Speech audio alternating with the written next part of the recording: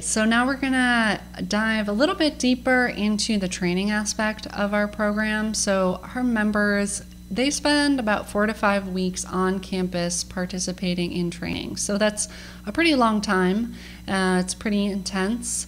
But from that, they gain a lot of hard and soft skills that they can take with them this year and beyond. And so you can see there on the slide that there are some different examples of some topics that we hit on while they're in the program. I will say though that although they have that first month of training, we do try to provide different trainings for them throughout the year.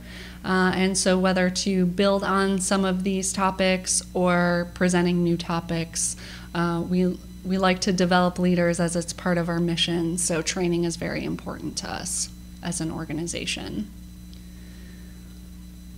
They also get other great opportunities, so kind of that networking piece with nonprofit and government organizations, whether that be FEMA or other project staff, the network of their team, of NCCC staff.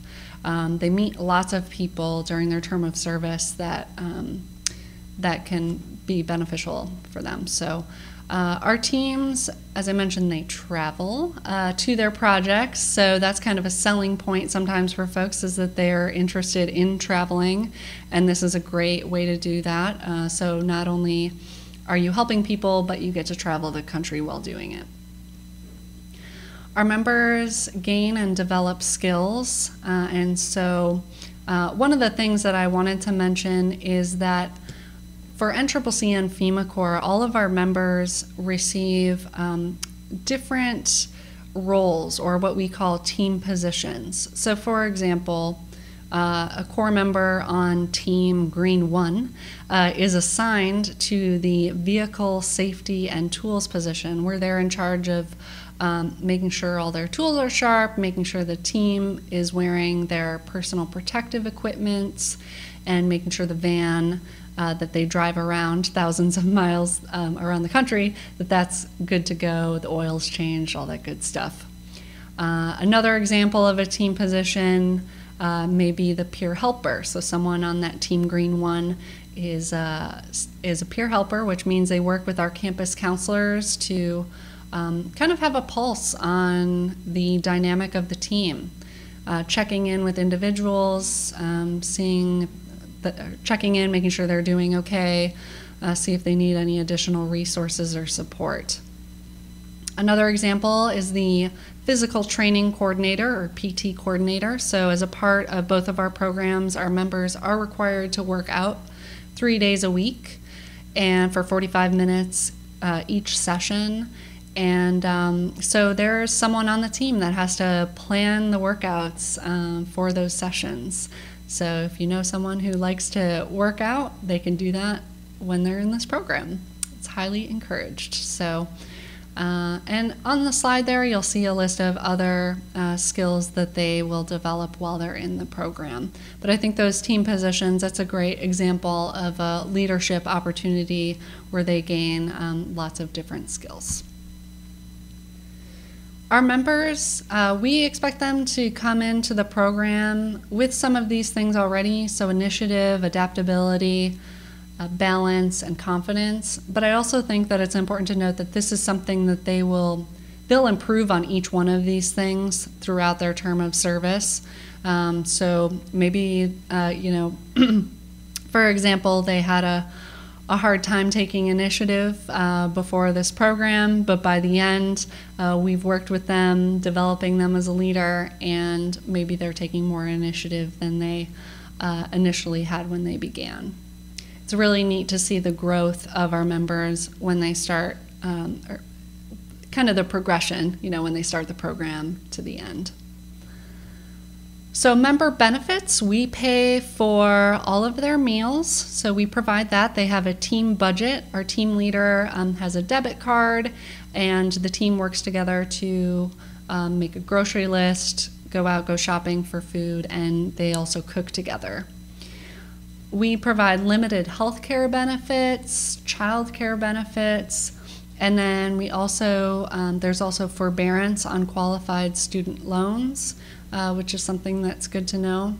And then we provide uniforms. So our members will bring some personal items, some personal clothes, but while they're doing their project work, we provide them the uniforms to wear during that time.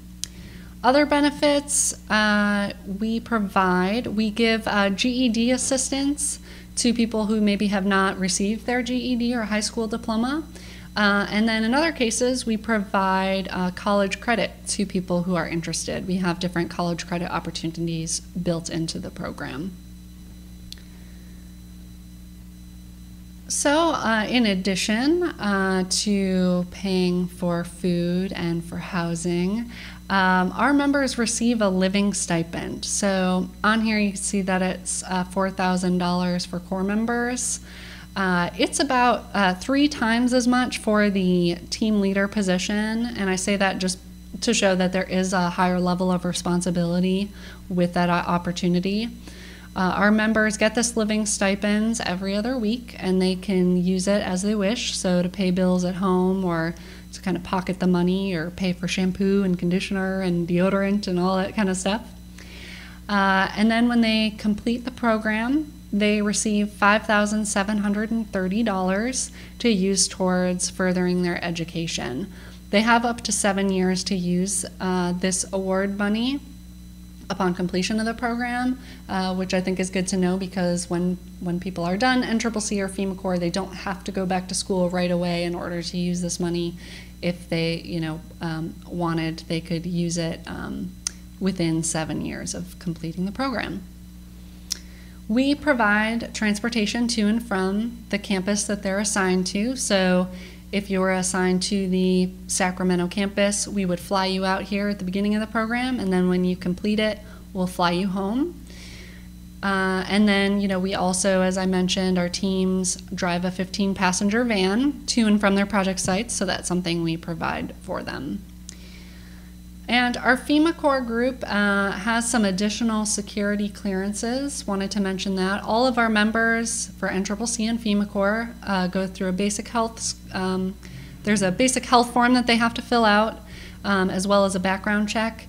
And the background check for FEMA Corps is just a little bit more intense. It's a public trust security clearance. There are 3 different levels. If you wanted more information on that, I'd be happy to provide you with that info. One of the benefits of that, actually, I want to kind of mention this, is that this could be a big incentive for people who are looking for employment. Because once they pass within FEMA, because once they pass this clearance, it's gives them a good shot of being employed with them.